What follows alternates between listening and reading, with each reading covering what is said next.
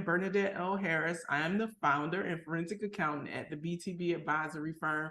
We work with small business owners, helping them to have better relationships with their numbers and to be successful in business. And I'm doing these webinars because anyone who knows me knows how passionate I am about entrepreneurship. And because I've recently made the move to Mexico, I just wanted to share some of the information that was helpful to me in making my move. And, you know, maybe a few of y'all might come join us down here in Mexico. Right. We have space. We got a little bit more space. It's a little bit more, almost full, but we got a little bit more space, right? So we have somebody from Brazil. Okay, nice. Hey, Marcus. So we are going to go. I'm going to go ahead and get started, get us out of the way, and introduce you. So our guest tonight is Monte Raynor, and he is like affectionately now. He's like my brother. I'm a part of his family. He's a part of my family. And he has been instrumental in helping me have a very, very successful move to Mexico. So for those of you who do not know, to tell you the short version of my story, because it happened real quick, right? So I actually decided, like, I can't keep doing this. I was working myself to death, and it was just not sustainable. I needed something. I needed a change. I needed to move somewhere else. I wanted to stop doing taxes. And I knew that in order to do that, I needed to be able to downsize my life without downsizing my lifestyle. You understand what I mean when I say that? So cut my expenses, but it's just some stuff that this girl has gotten used to, right? And so I wanted to be able to do that. And I had always wanted to be an expat. So I'm always that person that I was watching all the HGTV TV shows, my Mexico life, my whatever life, my Hawaii life, all of the lives. I was watching all of these shows, but I honestly thought that my expat dream was going to be realized when I was retired. But when I got to that point where I was just so stressed out and I just couldn't continue to work and do the things that I was doing, I said, you know what? I think it's time for me to look. And I honestly, Mexico was not first on my list. So I was looking at Costa Rica. I even bought 2 books, read them and all that stuff, and was doing the research. And somehow Mexico got on my list. So long story short, I started researching, and I went down the YouTube rabbit hole, and I found the Facebook group, and I found Monte, and he was my savior, right? And so because he actually walked me through the process, because give you my timeline. I said, I'm moving in February. I started researching. I found Monte. Was it in February as well? Probably. I think so. In February. Hired him. He coached me through the process. I got my appointment with the consulate in March, and I left Atlanta in April. So I went on vacation first. So I went to Hawaii for a week with my daughter. We hung out in Hawaii, and then we came to Mexico, and the rest has been history. And so on and popping. Yeah. So my timeline is very unrealistic for most people, because I just did the doggone thing. But that's the way I am. I'm never that person that's gonna plan something 18 months out. I just can't do it. So I am really, really happy that we've been going back and forth on our schedules. I've been traveling, he's been traveling, doing all the stuff. So I'm glad that we finally got a chance to sit down and have this conversation. So I am going to turn it over to you. Monte is all yours, and I'll moderate the chat. So as he's going through his presentation, if you all have questions, feel free to type them in the chat. We do have some questions that were submitted ahead of time. We've already reviewed those questions. Many of those questions will be answered in the presentation. If they're not, we'll answer them at the end. So it's all yours, Monte. All right, let me see if I can work this Zoom session. Thank you so much for having me on today. If you guys don't follow me already, I am Mexit Plans Monte. So that is, Mexit Plans is the name of my company. I am on YouTube, which is how a lot of people find out about Married to Mexico. And it was my goal to kind of lay the breadcrumbs down, if you will, so that everybody that came after me had an easier journey to move here. or to move to Mexico, or just abroad in general, because most of the things that we'll talk about today, while I'll reference them in context of Mexico, will apply if you're moving to Thailand, will apply if you're moving to Costa Rica or Colombia or wherever. So let me get this presentation started, and it's short, but we're gonna, just hit some highlights, and then we will go in depth with the questions once we get there. So give me 2 seconds here.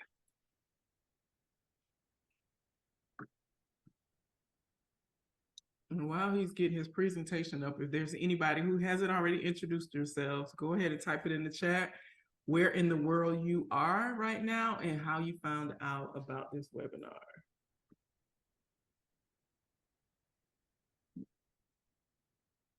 I know we had a few people to join us since we got started.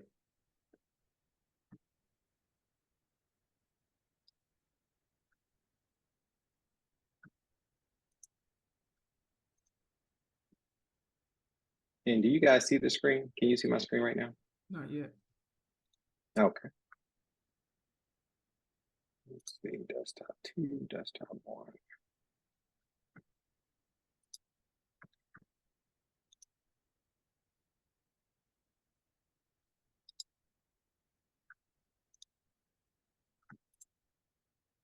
Oh, we got Tennessee. Hey, Tracy. You follow both of us on YouTube. Cool. Awesome. Awesome. Do you see it yet, Bernadette? It says that you're starting to share. You started, but it's not actually showing. Yeah, the resume share button is not. Let me do a new share and see if that works.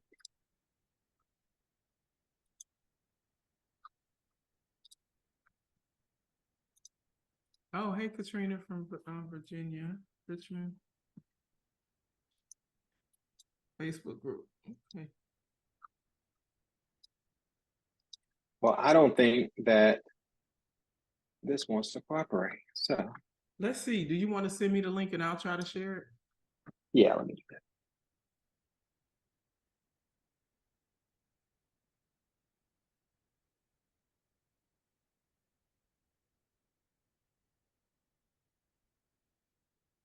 I'm gonna drop it in the chat.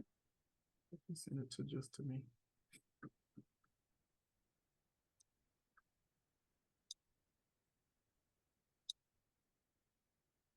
Oh, she said she binge watched your channel too. Yep, I did too. Thank you for that, by the way. I did too. All right, so I was the avid Mexico Live. My wife on the weekends and we would sit down and pretty much watch, Mexico Live, House Hunters International. That was our jam, like before we moved. So, and this dream for us started a very long time ago. Okay, is it showing on my screen? It is, yeah, I see it. Actually, hold on 1 second. Let me stop. I don't know why I put this on my other monitor. So it's gonna have me turning my head. So let me do monitors, doing the most. Sorry guys. Thanks for being patient with us.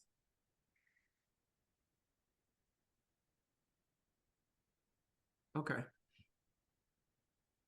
Excellent. So thank you guys very much for your time and for being patient. Today, we just want to give you a blueprint, right? And so my idea when I moved here was really just to lay breadcrumbs and to tell everybody that, look, you don't need to be retired. You don't have to be 70 to retire or move to Mexico. You can move here with your family. You can move here and continue to live life, right? And really enjoy it. Move here at an age where you can enjoy it. Now, I don't know if I can go to the next screen. If not, Bernadette, can you take me to screen 2? What we're going to do today is really talk about how easy it is. And really, I've broken this down into 5 steps. So the Mexit Plan system that I created, unlike Bernadette, I am a planner when it comes to stuff like this, because the reality is you are changing your entire life. Like, this is a complete mind shift of everything that you've probably done before. Moving downtown in Atlanta, moving from Fayetteville to downtown Atlanta, or from Decatur to Lawrenceville is tough, but moving internationally is a whole nother ball game. And so really, the first part of that is going to be your motivation. The second part is going to make sure you have your money covered, your finances, which is a really big piece. Mhm. Then you should definitely explore all of your options, whether that's Mexico, Colombia, Costa Rica, Panama, whatever. You should really explore all of those options as a person who's living there. And then the third thing you need to do is take care of the legal stuff with immigration in migrating correctly. And then the fifth thing is get prepared for change because everything is going to change. And as you'll see, from my testimony and also from Bernadette's testimony, this is a life-changing experience. Next slide. So for us, this dream really started many, many years ago. And I put these two pictures because I wanted to tell you a little bit about myself. So I'm a father of 4 kids. We have 2 boys and 2 girls. And as you can see, our little one there, she was 3 when that picture was taken. This was actually taken the day before we came to Merida. So this was kind of like our last family breakfast together before we came to Merida. And of course, we all had matching T-shirts. I used to own a Big Frog custom T-shirts in Atlanta. So T-shirts are kind of our jam, right? So we all had matching Raynor T-shirts with our crest on it and what have you. But the picture to the left that says Mis Padres, those are my Mexican parents. And the reason I have Mexican parents, that's also my mom beside them, beside my Mexican parents. But the reason I have Mexican parents is that my 3 older kids, so the 3 adults that are in the picture behind us on the other picture, they and my wife got to live with that family for almost 6 weeks in Guadalajara. And so that's where our love affair came into place. My wife studied abroad when she was at Georgia State. She actually studied Spanish or economics and minored in Spanish, and then she went back and got a degree in Spanish. But they lived with that family, and at the time of this picture, they were late 70s, 75, 76. So somewhere in that area. I think this picture was taken in 2007, maybe. They're now in their 90s and still doing well. They are just the sweetest couple.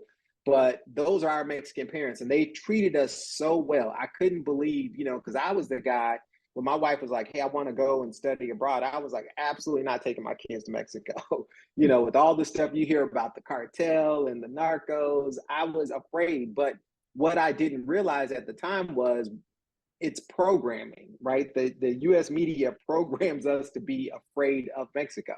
And in fact, I would challenge you to say, when was the last time you heard anything positive about something that's happening in Mexico? And so that was the reality back then. And I got a chance to come down for the 4th of July, and I spent a couple weeks down there. Actually, I think it was just a week this first time. And I was completely blown away at the quality of life and how friendly people were. And in Guadalajara is about the size of Atlanta. And people treated us like we were celebrities. So they would take pictures with my oldest daughter who has the afro there. At the time, she was young. She was only about 7. But there was a bride and groom get just freshly married, huge wedding. They wanted to take a picture with my daughter. So, it was that kind of love that we were shown in Guadalajara, which is a major city that actually for over almost the next 7 or 8 years, my wife took our kids down every summer. And that really started to foster our dream. We thought that Guadalajara was going to be our destination when we decided to move abroad. Next slide, please. So for us, the motivation, or for me personally, this all starts with motivation. And my motivation was a better lifestyle. If you look at me now and look at me in that picture, I was easily 25 pounds or 30 pounds heavier. So that was a different time in life. And lifestyle, better health, that was my main motivation. The second thing was we decided to have our baby after we knew we were moving abroad. And so she was the one we were like, let's bring her with us. Let's have her on this adventure. And the idea was to have her fully bilingual and bicultural. And so we started her with Spanish as her primary language. And if you go back and look at any of the videos on my wife's channel, you can see Ashlyn at one talking about her nose and her ears and all of her body parts in Spanish, because that's how she learned it. She learned it first in Spanish and then in English. But for us, we've been married now, it'll be 29 years in December. And we knew when we got married at a young age that by the time we were 40, 45, that our kids would be grown and in college and out the house. And so this dream really started way back then about us traveling around the world, but it ended up being let's travel and settle in a place, and Merida became that place. So this is what I call act three. If you look at my Facebook, this is my third act. I don't know how many acts I'm gonna get out of this play, but we'll see. But we're in act three right now. So let's go to the next slide. After you figure out what your motivation is or what your why is, and reason that is so important is because it's going to be your compass to keep you going in this direction, right? Because things are going to come up. I promise you, this is going to be challenging, but it's not going to be without reward. And so having that motivation and understanding these are the things, these are the reasons why I'm doing this makes it so much easier to keep going forward because stuff will happen. Trust me, you're learning everything new. And I think that's the part that people kind of underestimate, but it's not impossible. It's so possible that there are hundreds of us right now here in Merida. So Merida has about 15,000 expats just in this city alone.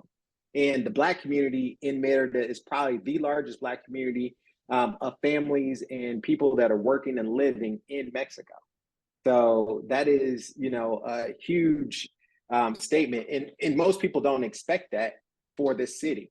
But finances is a huge part that I think many people underestimate. And when I talk about finances, it's not just do you own a business? Do you have a job? It's everything else in between. So you need to think about what your budget looks like now, right? And really that's tied to your lifestyle. How are you going to bank and what type of credit? One of the things people don't understand is whatever that 800 credit score you have in the US means absolutely nothing here. So you start with a 0 Mexican credit score. Now, of course, you can use your Mexican or your US credit cards and things of that nature and lines of credit, but it will not help you finance a house. It will not help you buy a car. It won't help you with any of those things. So banking and credit. But one of the most important skills that I think people underestimate, and recently this has caused a lot of issues, is the exchange rate, right? Because we earn in dollars, which is important because it's better to earn in dollars than spend pesos. But that exchange rate went from 25 to 1 during the pandemic down to 16 something not too long ago, like a month or so ago. Yeah. And that's a drastic change. You're talking about a huge, it was really hovering around 20, and then to go down to 16, you're talking about a 20 to 25% difference in everything, right? From your rent to your electric bills to everything. So just mastering how to exchange money and really the process of, okay, so if I have US dollars, how do I get those into Mexico? How do I convert those to pesos? And how do I get them out of a machine or I take them out of a bank? Even things like insurance, from health insurance, homeowners insurance. I just had a lightning strike hit my house, and luckily I have homeowners insurance to replace all of my cameras and electronics and things that got zapped. But those are things that you have to, consider. And really, these are things you have probably at home now. You have all of these insurances. You have banking and credit cards. So it's no different when you move abroad. Some people just kind of skip those steps and don't really think about it. But finances is probably the number one reason people end up leaving Mexico and going back to the United States.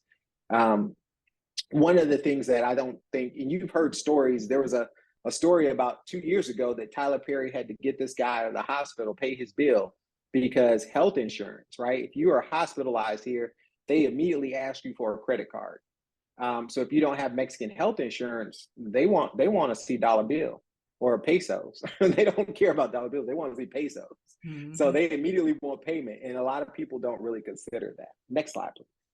And one thing I'll say is when you go to the hospital, everybody's not going to speak English, but the people in the billing department, they speak English. Oh yeah, their English get real good in that billing department. It's real clear. That. Like I went to get some my mammogram. The people who checked me in spoke Spanish. I had to speak in Spanish or stumble through some Spanish. But when I got to the counter where I was paying for the mammogram, he spoke English. Oh yeah, clear as day. So once you have decided your motivation and your reasons why, and you have your financial outline, whether that's, what just your financial picture kind of in place, right? The next thing you need to consider is taking exploratory trips, and I highly recommend that people go to a city, check it out, and see if you can live there. Because visiting a place is not like on vacation isn't the same, right? And so for me, I think an exploratory trip should be no less than 2 weeks. A month is ideal, but not everybody can take that time.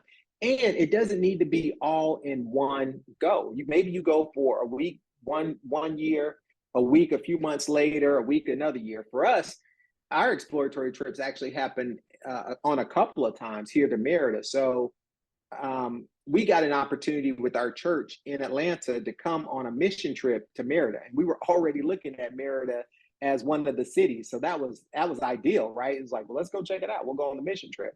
Well, the year after that, we came back on the mission trip and we extended our stay. And that's where our real exploratory trip took place. We got to check out the neighborhoods and really see what the city was like outside of the center of the city. We rented a car and we did all those things.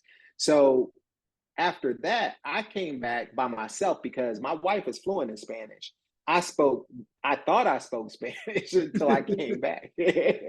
I took a bunch of Spanish in high school, and clearly I didn't speak it. So when I came back, it was like, can I do this by myself, right? So I came down for 3 weeks, and then my wife and daughter came down in the middle of those 3 weeks. So I was here a week by myself. They came down the second week, and then I was here a week after that. And my goal at that point was really to take Spanish lessons. So I took intensive Spanish lessons to make sure that I would be okay and not isolated and having to depend on my wife for every single, communication, because that would kind of get old real fast if I couldn't order water or order food or take an Uber or whatever, right? And so that was kind of my personal exploratory trip is, can I live here? My wife had lived in Mexico before, but can I live outside of the country and do okay? So the things you want to check during your exploratory trip is the city compatible with your lifestyle? And so there's two things that really determine, Bernadette mentioned it earlier. She's used to a certain lifestyle, right? And I was being in Atlanta, I was used to a certain lifestyle. And so does that lifestyle fit my budget, right? Because that's the other thing. Mexico City has every lifestyle you can imagine. But can you afford to live in Palenque in Mexico City or, some of the higher areas, right? Because there's uber wealthy people here in Merida and in Mexico City, which also dictates, how the cost of things. Can you adapt to the environment? And will you be able to handle a lot of the frustrations like communication, the culture? Things are done differently here. It doesn't mean they're done wrong, but they're done differently, right? And they've been doing it that way, and they're not changing because you moved here. They're going to continue to do it that way. And so, these things apply no matter where you go. And I think one of the biggest things that if you plan to move or leave the country, you actually have to let go of a lot of the way, like the inflexibility, the way things are done in the United States didn't necessarily make it right or wrong. They're just done differently in other places. Next slide, please. I'm sorry, I keep going backwards. So once you have figured out, yep, that's my spot, I've narrowed it down, I'm moving to Mexico. One of the things you'll want to do before you actually leave the States is to start your residency process. And this is really your first official step to moving to Mexico, right? This is the point where you are telling the Mexican government that, hey, I want to move to Mexico. And one of the it's not really a hurdle, but one of the big requirements is that you're able to financially support yourself. So some people actually have the belief that they're going to move to Mexico and get a job. Well, there's two problems with that. One is if a Mexican can do the job, they have to hire a Mexican first, right? So that's one problem. And then the second problem is the wages. for the equivalent job in the United States, whatever it is, pick one, whether it's doctor, lawyer, teacher, whatever, the equivalent pay in Mexico is far less. So a doctor here makes $35,000 to $40,000 a year, right? Which is that's well, but that's not anywhere near. Now they also don't have $300,000 worth of debt, but but the scale is going to be very, very different being paid in pesos, which is why many immigrants or expats choose to, earn US dollars and spend in alternate currency. But getting your residency process starts at a Mexican consulate outside of the US. So for most people, that would be Atlanta, or that would be Chicago, or any consulates. There's a number of consulates that are super easy. I'm going to give you guys, if you're thinking about moving to Mexico, here is a superpower tip. So the website to get an appointment at the Atlanta consulate, which is one of the easiest consulates, is citas, citas.sre.gov.mx. And we'll put that up in the chat or somewhere before this is over. But the tip is go on Friday mornings. Early Friday mornings is when they release the appointments for the following week. So most people try to schedule an appointment on a Monday, Tuesday, Wednesday, Thursday, and then they're like, oh, I can't get through. I can't email them. No one's responding. They release those appointments on Friday morning for the following week. So that's the tip. But starting that process requires you to go in, kind of have your financial statements. There's a list of things that you need to have prepared for them. You have to do an interview. And when you leave, they're going to stamp your passport with a stamp, which is a visa stamp. And that means you're approved to move to Mexico, right? And most people, if you're not of retirement age or military or law enforcement, retired military law enforcement, they're going to give you temporary residency. And that lasts for 1 year, and then you have to renew, and you can renew that up to 3 years on the next go around. We were fortunate in 2019, I was able to get permanent residency, me and my daughter, but my wife got temporary, and she just recently, like last week or a week or maybe 2 weeks ago, converted to permanent because it's now our 4th year. Next slide, please.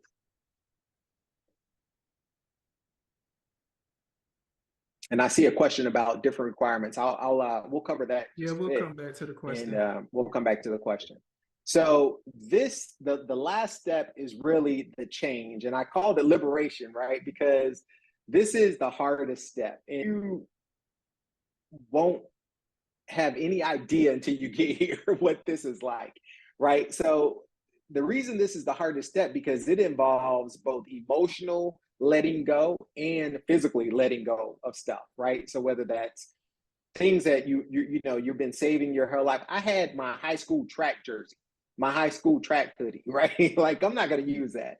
I think I brought it anyway, but I can fit it. Now I can fit it. I couldn't fit it in, but I can fit it now. But there's things that you just, you've been storing in your house. For us, we had a huge house, 7,000 square foot house in Atlanta. And we had 15 years worth of stuff in that house. We even had boxes that were not open that we moved to that house that were still in that house. So we had to get rid of all of that stuff.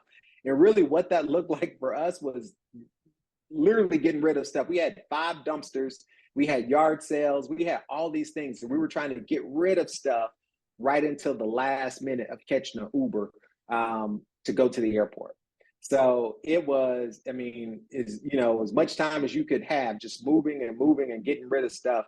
But we had to let go of a lot of stuff. And we ended up moving quite a bit to Mexico, like the desk that I'm sitting at, my computers and all this stuff that's here right around me now. All that stuff was moved to Mexico, and we shipped like a whole house full of stuff to the point where we actually had to get a bigger house once we brought all of our furniture down. But it was only a fraction of what we had in our house in Atlanta. So, letting go of things that may not serve you in your new life, that's going to be huge. And that's both emotionally and physically. Letting go of the trauma. One of the things that I think is a trigger, and I talked to a client about this earlier today, but, we have a special relationship with the police sometimes in the US, right? And when you get here, one of the things that's kind of triggering are the lights, the police lights. They run their lights 24 hours a day. And just to kind of let you know they're there. But for us, it's like, oh my God, what's going on? Am I getting pulled over? What's happening? It's just a different perspective on the police, but that's trauma that you may not even know that you have. But you experience when you get here and you see those police lights behind you for the first time. It's like, what is going on? Yep. So Yep. it takes some getting used to. The one thing that I will tell you is that change is difficult for everybody. That's a universal. No one, I don't know anybody that's like, oh yeah, I'll change and go do this, 1 minute to the next. So give yourself some grace, right? Allow yourself to alter your plan. The key is to have a plan, but the plan can change. It's not concrete. It doesn't need to be set in stone. You can change that plan. Because our original plan was to sell everything because we already had a house set up here in Mexico. But then we changed the plan and ended up shipping a whole semi truck full of stuff to Mexico. So the plan can change. But the most important thing you need to pack is your flexibility, because when you arrive to Mexico, unless you're fluent in Spanish, like me, if you arrive like I did, I arrived illiterate and couldn't speak. So I couldn't read or speak in Spanish. And that's just a challenge, right? It gives you a whole new perspective as to what's around you and what things are out there. Once you actually learn, oh, okay, that's what that is. You've been passing it for 3 months, and you finally get to understand the words and know, okay, so that's a dry cleaner. It's called a tintoreria here, right? Or that's a whatever. You finally figure out this stuff. It's very liberating and changes everything. But you have to be flexible and be willing to put yourself out there. I spent probably, I would say the first 2.5 years that I was here, I was in complete growth mode. I was growing every single day because I was being challenged with the little things, right, that are just difficult. And that's one of the reasons that I do what I do, is to help people cut that learning curve a lot sooner than I did, in those 2.5 years. Next slide. And this is the final slide, actually. So the last thing I will tell you is that I have tons of resources on my website, mexitplans.com. There's a whole link of free resources. I have over, I think, 300 videos now on YouTube. So I have like 35,000 hours people have watched my videos, and I did the calculation. That's over 4 years worth of viewing in hours, right? So that's a lot of hours. I also have courses. So I have a complete Mexit Plans course, which helps you, from 18 months before you're ready to move, think through every one of those steps in complete detail, all the way till 6 months after you move to Mexico. So it's the complete plan. It takes, there's a 30-page workbook. There's all sorts of assessments and lifestyle guides and things that you have to kind of answer. But I sat down, I think when I first met Bernadette, I was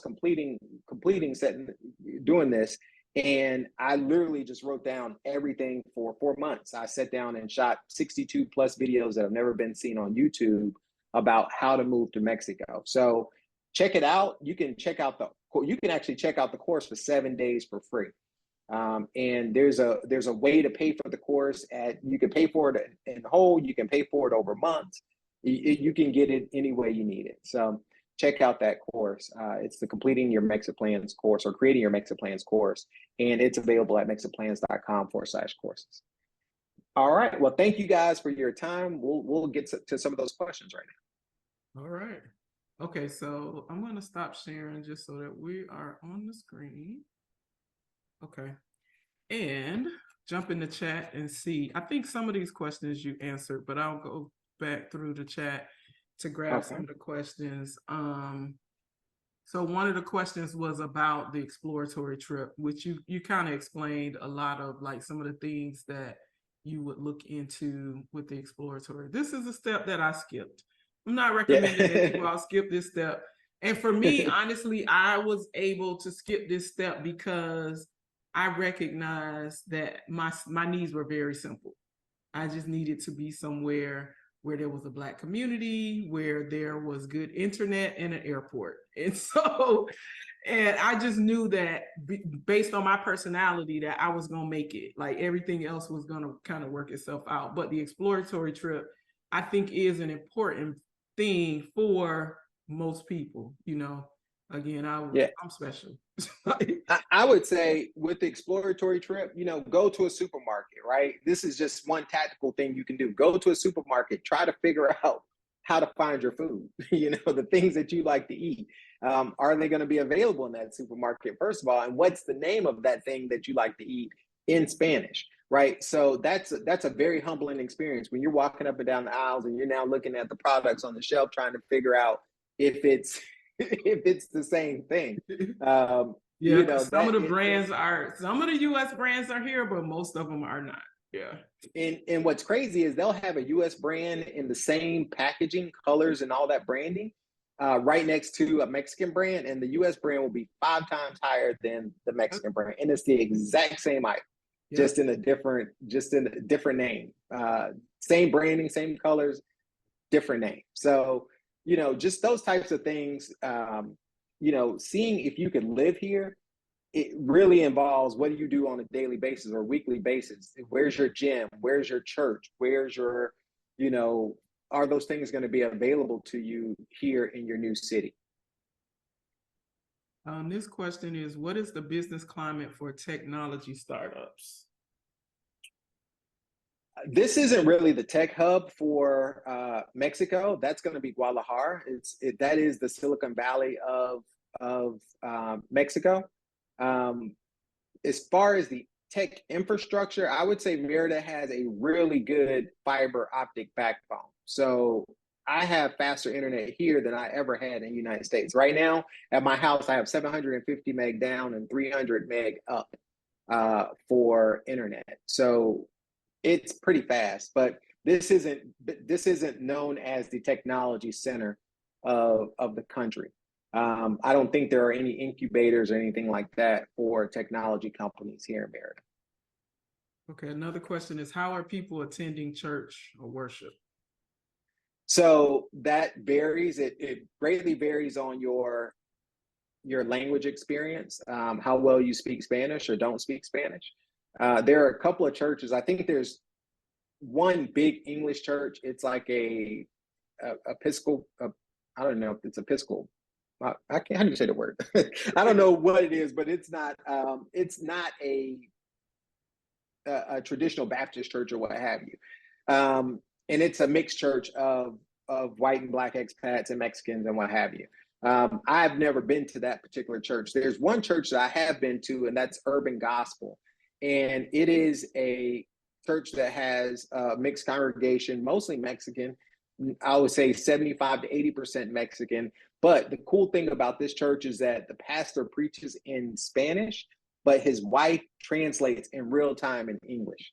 So for me, it's a little weird because I'm hearing it double now. But if you don't speak Spanish, they sing, they do praise and worship, they do everything in both Spanish and English. So they'll sing, 3 verses in Spanish and then repeat those same 3 verses in English. So that's a church that a lot of new expats are starting to go to, particularly in the Black community. There's a question: are there different requirements for flight attendants? I don't think it matters what you do for a living. No, it doesn't. The financial residency requirements are based on the Mexican federal minimum wage, which right now is 207.44 pesos per day. So if you calculate that 207, that's about $8 to $9 per day. So you have to have some multiple of that for the financial requirements. So let's say you go to the Atlanta consulate and you are a salaried employee, they would look at 300 times the Mexican federal minimum wage divided by the exchange rate, whatever that is for the day. And that would be the number. It might be $2,000 or $3,000 that you need per month in order to be able to financially qualify for yourself, to sustain yourself here. Now, that number changes every year. It has for the last 3 or 4 years. So it's changed since 2019. It changed again in 2020, 21, and 2022. And it's also going to change in 2024. And it's expected to be 228 or 229 Mexican pesos per day for the federal minimum wage. So as that number changes and the exchange rate fluctuates, particularly as it's going down, the bar becomes a little higher for people to qualify. There's also another program that if you've entered Mexico in the last few years, like say the last 10 years, you've been to Mexico at some point, either as a tourist or what have you, there's a national registry program that it's kind of a risky maneuver, but it showed up because of COVID. There were so many United States folks stranded here during COVID that they had to have a way to kind of recognize these people. And so they created this national registry program. Well, with that program, you don't have a financial requirement, but it does require you to overstay your visa and have had come to Mexico at some point in the past. And that program showed up overnight. They've been carrying it for the last couple of years since COVID, but it could literally go away tomorrow. So it's not guaranteed that it's going to be there. The correct way to do it is to, go to your consulate, start the process outside of the country, get the visa stamp, do the Canje exchange process, and then complete the process in Mexico. We have a question, the difference between temporary and permanent residency. There's really not much difference other than fees and paperwork. So I did the process one time. I paid whatever it was to get the process done, and that was it. I was finished. I don't have to go back and renew or do any of those things. Now, one major difference is you cannot import a car as a permanent resident. And I know Bernadette imported her car. She was actually one of the few people that I know that shipped their car to Merida. You want to talk about that a little bit? Yeah. So, yeah, and I did a whole video on this. So if those of you who are like subscribers to my channel, there's a video where I talk in detail about the process, but I went back and forth on whether or not I was going to sell my car in the States and purchase a car here or ship my car here. And no one had done it. So I didn't have any reference on how to get it done. But I ended up shipping my car because it made the most sense for me financially. But because I am a temporary resident, I can drive a foreign plated car. So my car still has Georgia tags on it. But when I become permanent, which is after I just renewed my residency. So I got 3 more years. And after those 3 years and I become permanent, I will either have to import my car or ship it back to the States, because as a permanent resident, I cannot drive a foreign plated vehicle. So yeah, and the whole process of actually naturalizing your car is completely bananas. So it has to be a certain number of years old. It can't be a new car. It has to be made in the NAFTA, right? So it has to be like a VIN number starts with a J or A or some other letter. So it's just a whole process of going through that. If you are a temporary resident or even a tourist, you can drive your car into Mexico to get to Merida. That's a very, very long drive, but you have to do what they call a TIP, TIP, which is at the border before you cross over into Mexico. You need to fill out a form, declare your car. They give you insurance, or you have to have insurance, and then you put down a deposit basically on your car. And if you don't drive your car out of Mexico during that time, they keep your money. And so your car would be here illegally, and they'll take your car if you get pulled over. So that is, a lot of people, or some people will go that route and bring a car in, but once you become a permanent resident, that's not an option. So for me, during the pandemic, I actually bought a car, used car. We sold our cars in Atlanta because pre-pandemic, you could get a newer car for less than buying a new car, obviously. But the cars here, they have to be maintained by the dealership. So a used car is for 5 years. It's going to be, all the maintenance has to be done at the dealership in order for the warranty to be effective, right? And so you get a used car that's just out of warranty or just over that warranty period, it's completely been maintained by the dealer, right? And it's a fraction of the cost of a new car. So that's what I did. I bought a 2015 or 2016 X-Trail, was our first car that we bought here, and that was during the pandemic back in 2020. And my second car I bought from an expat that was leaving, and it's just a get around town car, but it serves the purpose. So. Yeah.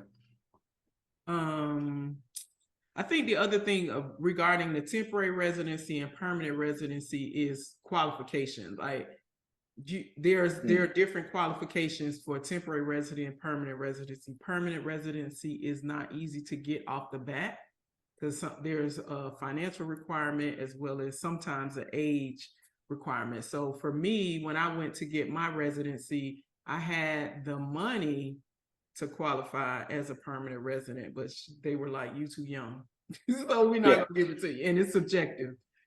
Yeah, so 2019, all they cared about was the money, right? And so, we went in, I showed them a couple statements, and we were good for me. But when it came to my wife, they actually split any account that we had together in half, right? And so she only got half credit, even though I'd already qualified based on another account. They only gave her half credit for the accounts that we were joint on. And so she could only get temporary while me and my daughter got permanent. Now, my daughter having permanent, really, I don't even know what that means because she was 3 and we just had to renew her because every 4 years she has to renew until she becomes 18, which I'm like, why didn't you just make her temporary as well? Because that doesn't, it doesn't mean anything. But that is the biggest difference. If after 2020 is when they changed that rule, if you're not of retirement age or retired military or law enforcement, then they're gonna give you, you have to be actively drawing a pension basically, or they're gonna give you temporary, regardless of how much money you have in the bank. Yeah, and temporary is not necessarily a bad thing. I think in my situation, being temporary is advantageous for me because now I'm able to drive my car here and Exactly. with foreign plates. So it's not, it's not like one is good or bad. It's just based on your situation. Yeah, and one saves you money. That's it. In terms of application fees and renewals and headaches and all that kind of stuff. Yeah, yeah. So somebody said, and you can definitely speak to this one, Monte. I have small children, 5 and 11. Can you speak about activities and how they will interact with local kids? Yeah, it really depends on their language ability. If they, if they speak Spanish or not, that's going to make the biggest difference. When we moved here, our daughter was 3, and we knew she was going to be moving to Mexico, so we purposely taught her Spanish first. And so, for her to make friends or for her to go to a park and speak to, another 3 or 4-year-old in Spanish, it was no issue. Excuse me. It also translates to what school options are available to them. Most people that can will put their kids in private school here, but the private schools don't really have an English as a second language. I'm sorry, a Spanish as a second language option. So while they will tell you that they teach 50-50, right? Half of the day in English, half of the day in Spanish, that's not entirely true. They do teach some classes in English because for them, for the Mexican kids going to private school, the important thing is for them to learn English because it changes everything about their career path and all of that stuff. And so, but for your kids, if your kids don't speak Spanish, they're not going to take the extra. There's no extra class like we have in the United States where we will, put those kids aside and teach them English as a second language. There's no Spanish as a second language in many of the private schools. So it's going to limit their options in terms of what schools they're able to go to, how well they catch up, and really a big part of, community outside of the expat group is going to be formed in the school environment. Okay, we got to move fast. We got a few minutes. All right. So someone asked about, okay, if you have temporary residency. So if you have temporary residency, it's not, you have to do more than just have your temporary residency to keep your vehicle here. I actually hired a broker who actually did the paperwork so that my vehicle can be legal here. So the temporary residency does not automatically allow you to have your vehicle here. But that's like the first step of it. So the question about that, again, check out my channel because I went into detail on shipping my vehicle here. You talked about the financial requirements, and again, that number varies. It varies based on which consulate you go to. It also varies based on the exchange rate, the day that you actually go, because you can literally qualify today and not qualify tomorrow because the exchange rate changed. Exchange rate drop. So that number is it's a moving target. The formula is the Mexican federal wage and the exchange rate and some multiple of that number. How soon before your move should we purchase Mexican health and car insurance? Mexican health and car insurance when you get here to Mexico. If you are traveling on your exploratory trip, I highly recommend that you have travel insurance. You know, the thing that people don't realize is if you go to the hospital here, they're not going to try to figure out how to get reimbursed from Cigna or Aetna or any of those U.S. companies. They're going to ask for insurance that knows how to pay in pesos. And if you don't have it, then they're going to ask for payment out of pocket. So even on an exploratory trip, if you're here and God forbid you fall off the sidewalk or something like that, a lot of the expenses are very, very affordable out of pocket. I've yet to pay for any hospital insurance, knock on wood. Everything that I've had done here, completely out of pocket. Same. I pay for all my medical stuff, and it's been very reasonable. Requirements for purchasing real estate as an expert. So in Merida, you're in the restricted zone, so you can't technically own the property outright. You have to own the property through a trust, which is called a fideicomiso, and the bank owns the property, and you have the right to use that property for up to 100 years, and you can renew that continuously. So any area that is, I believe it's 80 kilometers from the border of the country is considered a restricted zone. Now, if you're in the middle of the country in Guadalajara, you can buy a house the same as you would, but the biggest difference is they're expecting you to show up with a bag of money. Most people don't mortgage or get a mortgage here to buy a house. So if a house is listed at 10 million pesos, which is about 400 and something thousand, actually it's more than that, it's about $550,000, they expect you to show up $550,000. Yep. What do you think about investing for STRs but not living there? I don't know what that is. Oh, short-term rentals. Okay, but not living there. I think there's 1,001 Airbnbs here in Merida. So, there, look on Airbnb and you'll see there's Airbnbs all over the city. I know for a fact that many of those Airbnbs go unrented during the summer months because that's the slow season. But starting in October through March, you won't be able to find a decent Airbnb. Also, there are so many trash Airbnbs here that I think this might be the catfish capital, Airbnb catfish capital of the world, so, or at least of Mexico. Yeah. Are there income requirements for temporary residence visas for those over 70? I think it doesn't matter. It doesn't matter your age.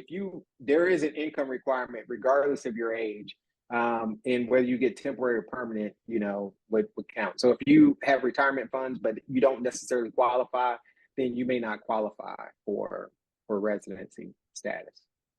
There's a question about finding our homes. Both of us rent, so neither of us own our homes, so we actually rent our homes. What is the what? And I would say just to finding a home, there's the real estate game here is unregulated. There are no realtors, there are no brokers, there are no MLS system. There's nothing even similar to what you would be used to. There are people that call themselves real estate agents. Like I could call myself a real estate agent and show you houses all day of the week. And people do that, and some expats take advantage of others by charging them $800 to $900, to show them a house that you could easily just walk the street and call. I found my house walking the street. I saw the number, I called it, I went in and looked at it, and I said, yep, I think I'll take it. So, whatever you feel comfortable in. Yeah. What is the water and the air conditioner like? Do you drink tap water? No, you don't drink tap water where you Absolutely not. You probably don't drink tap water where you live either. So no, we do not. Yeah. We drink bottled water. That's a bad day. Yeah. All day long, bottled water. And the air conditioner, my air works really well. Yeah. Now I pay, so we have a 5-bedroom, 6-bath house, and we have an air on in any room that we're in to make sure we're comfortable. My last air conditioning bill for 2 months was 13,000 pesos, which is about $700. So I'm averaging $375 a month, which in Atlanta, my bill was way higher than that for, the house was bigger too, but it was way higher than that. Yeah, I haven't had any issues with my air conditioner not working. My apartment, I have an air conditioner unit in every room. And so right now I'm in my office. I have the air on only in my office. When I leave out of here, I'll turn it off. I'm getting ready to go to the gym after this. And when I come back, I'll turn on the air conditioner in my bedroom when I'm ready to go to bed. So no issues there with air conditioning. Are there social activities that expats are involved in to help with the newer expats? Yeah, there's a Facebook group. There's always activities going on. Lots of ways that you can meet new people. That's what I did. I just came, like, I know at least 100 people here, and I've only been here a year, so it's not hard. Yeah, there's one of the things that happens in Merida every Saturday is a bunch of folks get together and walk at the park, and that's kind of like the welcoming reception. Yeah, that's the best way to meet people, because you get to meet, you can walk and you can talk to people. That's one. Is it hard to get your pet here? It depends on when you bring your pet. So if you try to bring a big dog during the summer months, it's going to be difficult to fly them in, because most airlines won't allow you to put a pet on the plane during the summer because it's too hot. So it just really depends on the type of pet and when you try to bring your pet. Yeah, and there's a question: How did you find your home from Atlanta online? Oh, so I actually connected with someone in the Facebook group who actually looked for a house for me, well, apartment for me. And so when I got here, she had already lined up some places, and we went and looked at the places. So that's that was the first day I met you. We went looking at different places, and one of the things I helped you with, that was a good day too. That was like House Hunters International. Yeah, that was awesome. We should have filmed it, because we definitely should have. That was our own little House Hunters experience. Like, we really like this one, but what about that one? Yeah. And we saw some really awesome places, but the place that I ended up getting was the best of all. But absolutely, I think we all walked in and was like, okay, you don't need to see anything else. Yeah, I really did. We just went to see the other ones because we had appointments, right? So I'm going to double check the list of questions that we got ahead of time to make sure that we didn't miss anything before we wrap up. Let's see. I think a lot of these questions we answered. Oh, there was somebody that asked a question about tax implications of moving and living in Mexico full time. I'm going to give a very abbreviated tax advice, because tax advice depends on your situation. But I'll just say that there is a tax benefit to living abroad.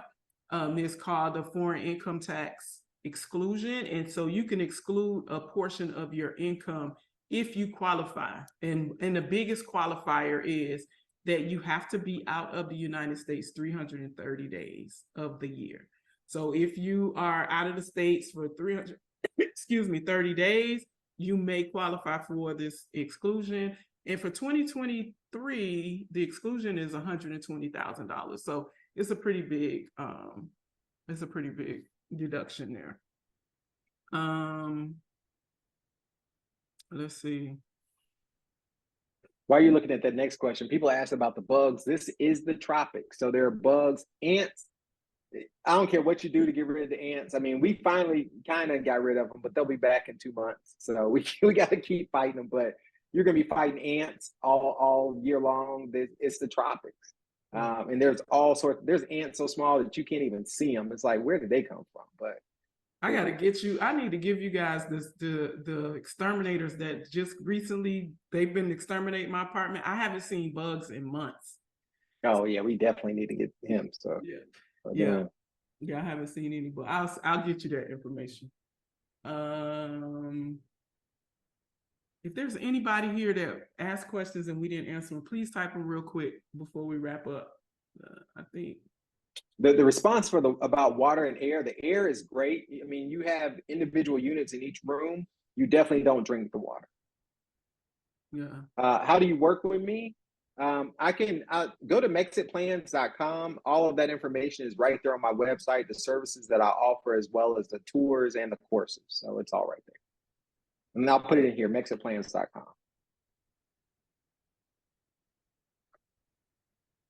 We didn't touch on safety. So Merida is the second safest city in North America, right? And most people don't believe that, but for a city of about 1 million people, this place is incredibly safe. I did a video on earlier this year, safety by the numbers. And I compared it to Atlanta and Merida and some of the other places. So go check that out on my YouTube channel, Exit Plans, but incredibly safe.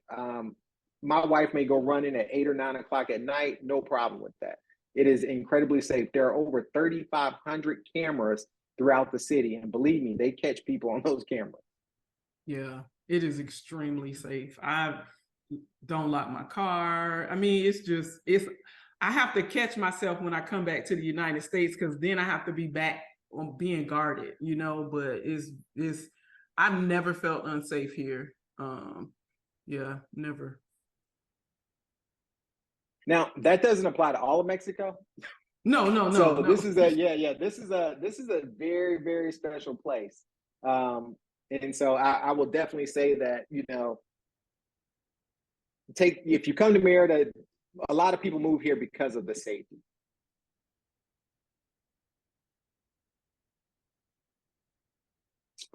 Let's see. Marcus said the site has 2 different prices for one-on-one coaching. The price just changed in October, so it is $150, Marcus, for an hour. Anita, we missed one of your questions. I'm trying. Oh, I see. The top 5. So the top 5 neighborhoods in Merida, I mean, that's honestly, yeah, it's really going to be depending on. So let me just give you the quick breakdown. Most retirees and older expats move to Centro. People with families move to North Merida. And when I say North Merida, I'm talking about inside the perimeter. So if you're familiar with like Atlanta, there's a 285 circle, so to speak, around Merida. Most people move inside the periferico. The neighborhoods named after me, Monte, Montebello, Monte Cristo, Monte de Ames, any of those are going to be some of the best neighborhoods in the city. A lot of folks are now moving out to Canquel and Cancal, which is just way too far for me. Cholul, that's just way too far. But they're moving out there because of a particular school where their kids are going. So and it's a lot as far out there too. Yeah, and it's a lot cheaper. But those homes they're just cinder block homes and very little character. As far as your business, you know, we qualified on business income. We own the business as long as you can show W-2s and things of that nature to the consulate, and you have legitimate paperwork and a true business, then you shouldn't have a problem. Folks get into some kind of trouble when they try, you know, 1099 and gig workers, Uber drivers, things of that nature. But with the business and you can show payroll, no issue. Yeah. And yeah, when it comes down to neighborhoods too, it also depends on your preferences. So there are some neighborhoods that are very traditional. They have the Mexican architecture, and you know, they're walkable. They're a little bit more noisy or whatever. And so it just depends on the things. Like Centro is, the houses on the outside don't look that great, but when you walk inside, they're jaw-dropping, beautiful, you know, yeah, blow your mind. Architecture. But Central is also noisier, and it's, you know, but it's also walkable. So it just depends on what it is that you want. So it's also dirtier. Yeah. Yeah. So check out the neighborhood tour videos I've done. I've done a couple of videos where I'm just walking around, right, and going through the neighborhoods and showing you the different types of houses. So if you haven't seen those, definitely check those out. All right. So I did put the link to Monte's the possibility of an LLC, single member LLC, proof of income in that situation. Not sure. How would she show proof of income with a single member LLC? You're not gonna have a W-2. Yeah, I don't know. I actually paid myself out of, well, we had an escort, but I paid myself payroll. My wife's actually, we paid her payroll through ADP. So yeah, that's the same thing. So there may be, they may not take your tax returns because they want to see bank statements. You got to show 12 months of bank statements. They're definitely not going to take your tax return. They want to see bank statements. Yeah. And they want to see that money in the bank every month for consecutive months. Yeah, they don't look at your tax return. So when I qualified, my business is a corporation, so I pay myself a salary. So I took my pay stubs and my bank statements, and she looked to make sure that the pay stubs like the direct deposit that showed up on the pay stub actually showed up on my bank statements, and that's how I qualified for residency. So it gets a little tricky when you're a sole proprietor. You might consider, if it's something that you want to do, you might consider becoming an S corp or something, to getting on payroll just to be able to qualify financially. All right, so thank you guys we are over time, but thank you so much for being here today. I hope that this information was helpful for you, and whatever it is that you decide to do, whether it is to move to Mexico, to move somewhere else, hopefully it's some information that will help you. So look out for our next, I'm not sure, I am sure, but we don't have the page up yet. So just watch your emails. Don't unsubscribe. Watch your emails for the next webinar that we're going to be doing. And thank you so much, Monte, for being here and sharing. Thank you for having me.